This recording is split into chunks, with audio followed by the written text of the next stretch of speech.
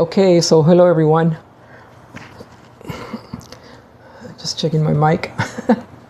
Yeah, so it's a really beautiful day out here right now, and I've been struggling a bit all day today with some mental health issues. But in a ways, it's been a very peaceful day. I haven't heard any noise from the neighbor over there, the neighbor over here, or the people upstairs, and I've been very busy trying to set up this drum set. It's a partial build, and I bought these drum paddings, these things here, and they're supposed to help with the reverberation when you step on, I mean, the vibration. And hopefully, I mean, I'm not going to play like the hi-hat or the kick drum. Those are the ones that you really got to worry about. It's just the heads, and these are electronic drums, and the sound comes out of this module here, and then it goes to my interface right here up there, and then I put the headphones on. But I put them together because I figured, well, you know what, I said I got to keep busy, and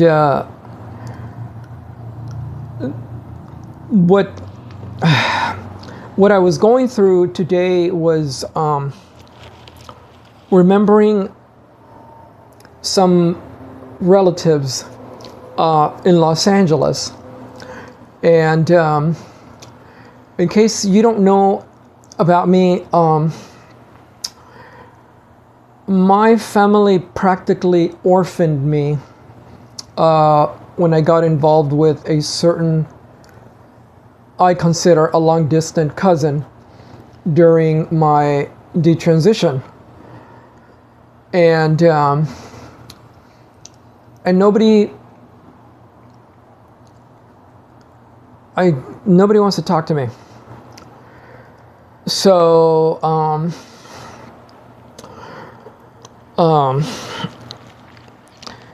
so I've been kind of struggling with that. And also, for some reason, there are certain, I'm looking at the window, there's a big window out here, and you can see the beautiful, I mean, it looks nice, but this apartment is also very stressful living here. And I'm waiting for the housing department to let me know if they're going to approve moving me to another building on a floor where there's nobody above me. And they said that they would reply at least by the end of November, 2 months. And the waiting game seems to be like, I know, I have to be patient. It seems like it's going to be really hard. But at the same time, you know, I've been taking this medication called Lexapro. And then they wanted me to take this other one called Buspiron as needed. And they're like the lowest doses that you can get from either one. And I believe I really need the help from these medications.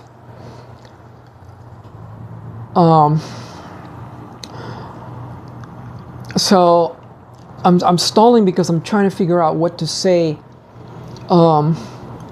It's difficult, you know, to talk into this camera sometimes. Like I was listening to Crosby, Stills, Nash and Young. The whole album. I've listened to several albums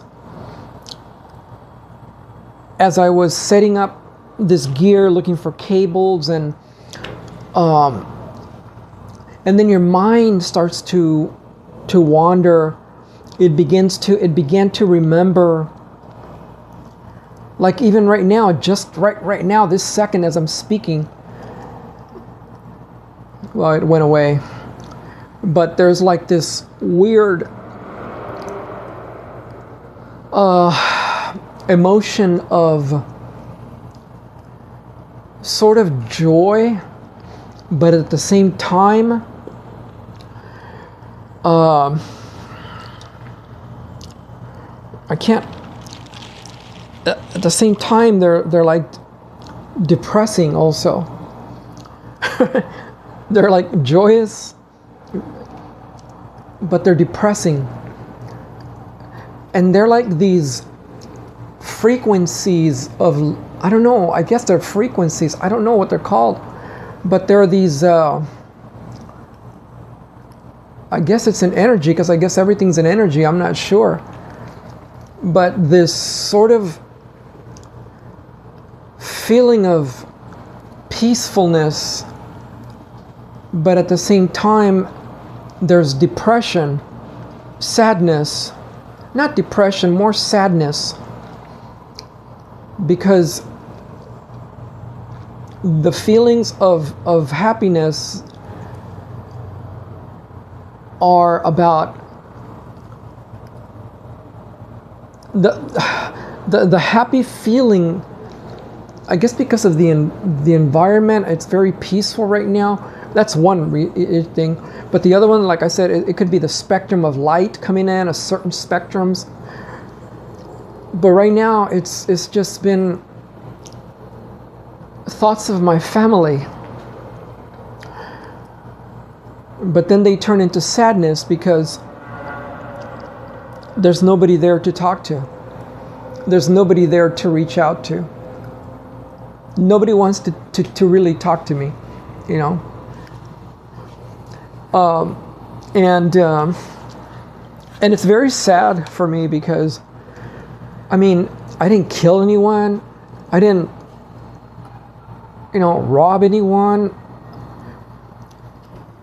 All I did was have a relationship with a cousin whom I consider long distant during a time that I was very vulnerable during my detransition, or I should say my transition into who you see now. And I've changed a lot also. I mean, I've gained weight. I've got so many white hairs. I didn't comb my hair today, so I got to do these videos like abruptly at the moment when they present themselves. And so I just put on the camera and whatever I'm wearing and whatever I'm looking like, that's it. So I guess you can say that I'm living through trauma, and especially when you don't have like anybody to talk to, it makes it even worse, because I honestly don't have any friends, any family. I did go to Mexico a week ago to say hello to my aunt, whom I left with kind of in bad terms. And it's been more than 2 years since I last saw her. And I took my chances because I was really, really missing her. Them. My aunt, my cousin, and my little niece, little girl. And I just said, fuck it, just go. And if they open the door, great. And if they don't, well, at least you tried. At least you tried.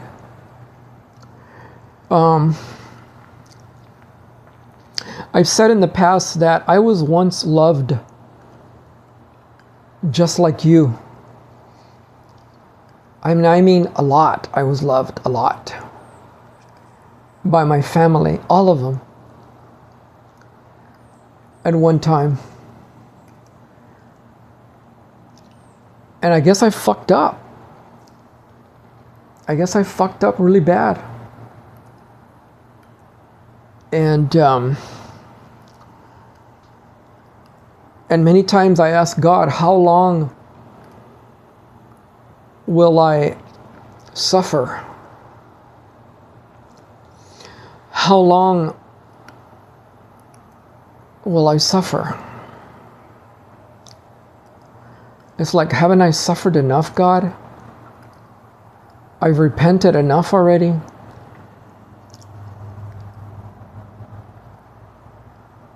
And many times I feel like He doesn't hear me. I've asked so many times to be healed from my mental health. So many times. And nothing seems to ever happen. It's like I long for the day when I could have this like clarity, this mental clarity and happiness. With friends, at least one or two or more. But nothing ever happens. Nothing ever happens.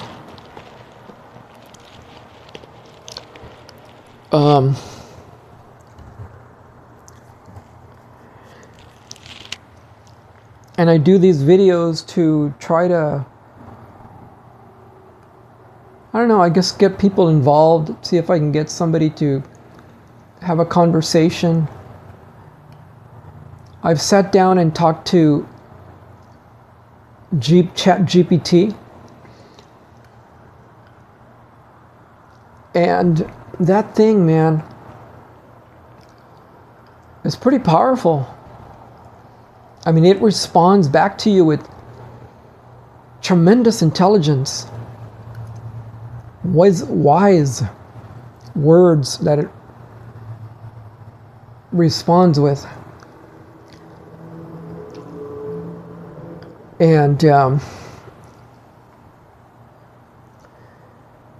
so I made some, I'm hoping that maybe they'll deny me from this apartment, that they deny me moving to another place. Why? Because I could buy my trailer. I could buy my trailer, and I think I would probably meet more people that way. Because here, living in an apartment, you're just stuck inside four walls. It's not like I even have a balcony, you know, to sit out and look at the stars at night. It's just four walls.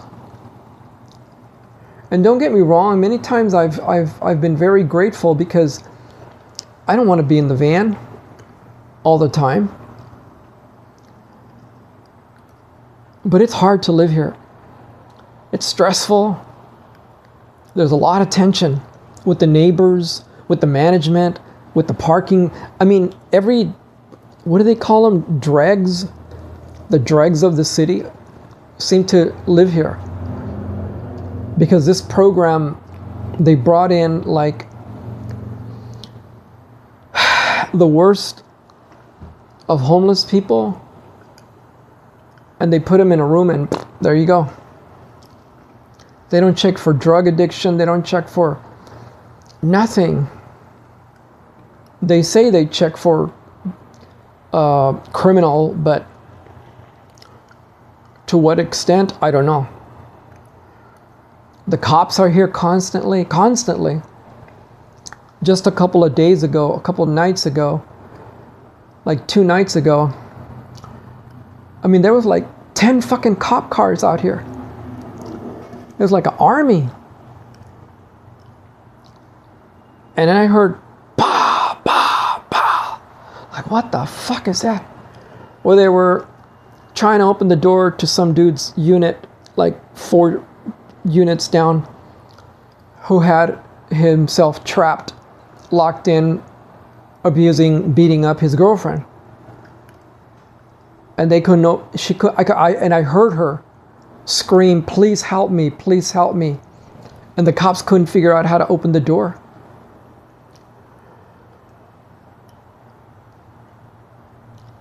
And then there's a guy that just got kicked out, like also 3-4 units down this way. There was a notice on the door. And normally when they put a notice on your door, it's usually facing the other way or it's folded in half. But this one was right there, blunt. And it had highlights. You got 2 days to get the hell out of here. I'm like, whoa, shit. And I read it a little bit because nobody was around. And at the bottom it said the reasons. You were seen carrying a knife. Like, oh, fuck. And something about assaulting, I don't know. And then I heard a door about to open, and that's when I just walked away. I said, oh, shit, man. And I've seen people knock at his door and also yell for him, and he doesn't open the door. I guess the guy is so fucking high on fentanyl, you know?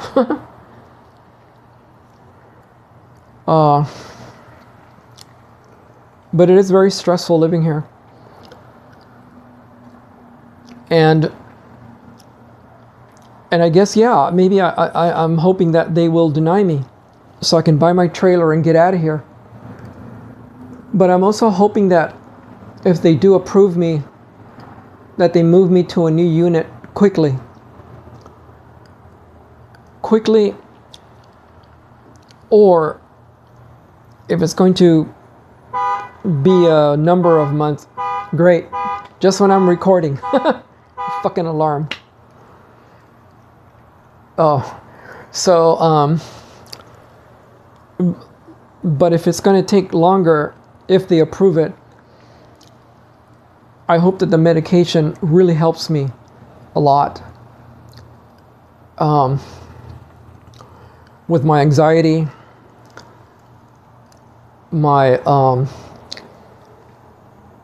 depression of, yeah, I'm a very lonely person.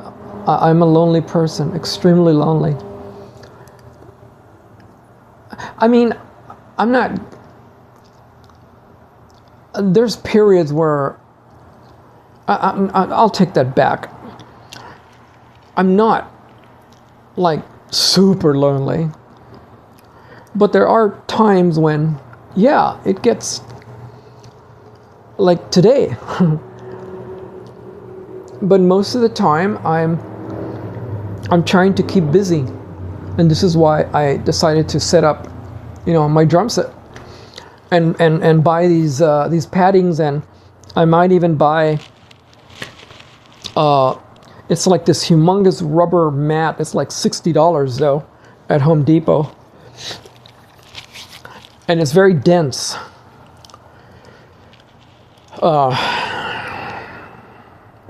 Because I get stressed out about bothering tenants downstairs. I'm very conscious about that.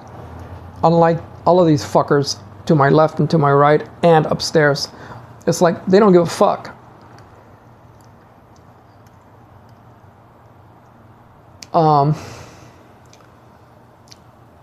But I truly hope that if they do approve it,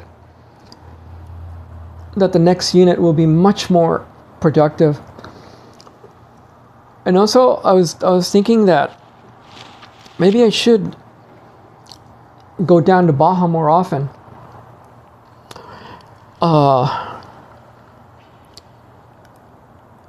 Because I don't have to stay here or the other apartment. If it's approved, I don't have to.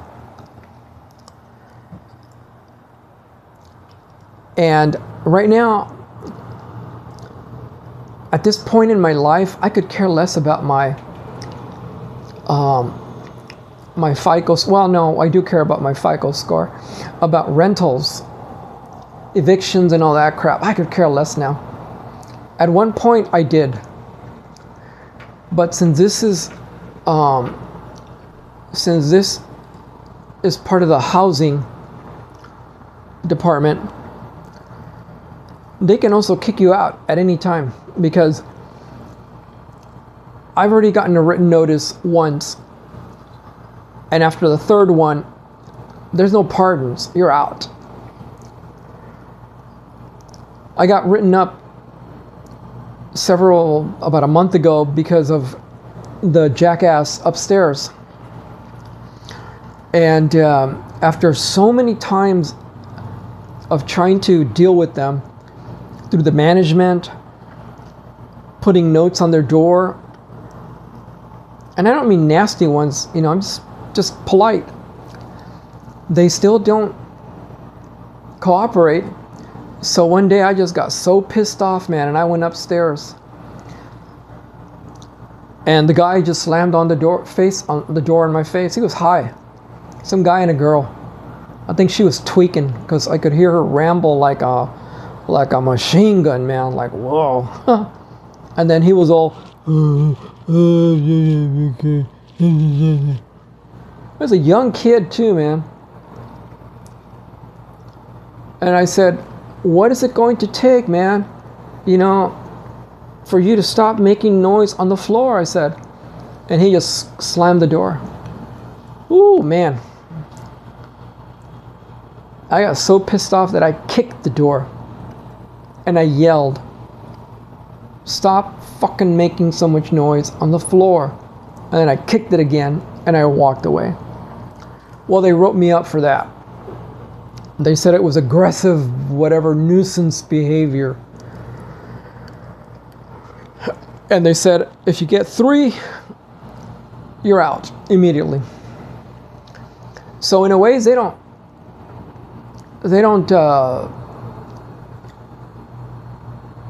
give a fuck in a ways. So why should I give a fuck? You know? I would rather have my own trailer. I thought about a piece of land also. But for me to get a piece of land, I would have to be like much more mentally stable. Because once you get a piece of land down in Mexico, you can build a little room with cinder blocks and little by little expand. So you really got to have a strong mind, stable mind, because I believe I would get nervous because I don't know anybody down there. I mean, I've lived down there before, but it's because I would be living with tension and almost fear. And this is why I say you got to have like a really strong mind. And I think all of this tension and fear is because of my mental health. That's what I believe. Not because of crime, not because of this, not because of that. Even though, of course, there's going to be crime everywhere. I mean, there's more fucking crime here than you can imagine. And you're supposed to be in a safe living environment. And it's a beautiful, beautiful area here.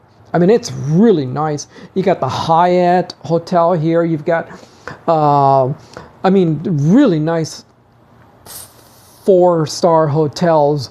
I mean, really fucking nice, man. But as soon as you walk out, you know, the door here, I mean, the tenants, I mean, you got bald-headed thugs walking around here, you know. It's not, you're not going to find a working class decent person in this building. Let's put it that way. You're not going to find, you know, one of those regular types of looking people in this building. All you're going to see here is thugs, sagging pants, and some really poor people. There's a few that look like decent people. There's very, very few, man. You know, but the majority are, yeah, no bueno.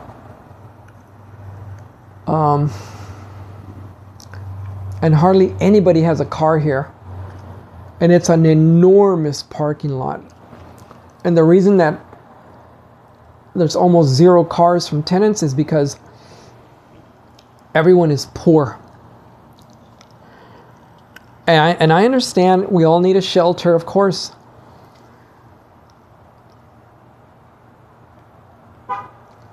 Anyhow, so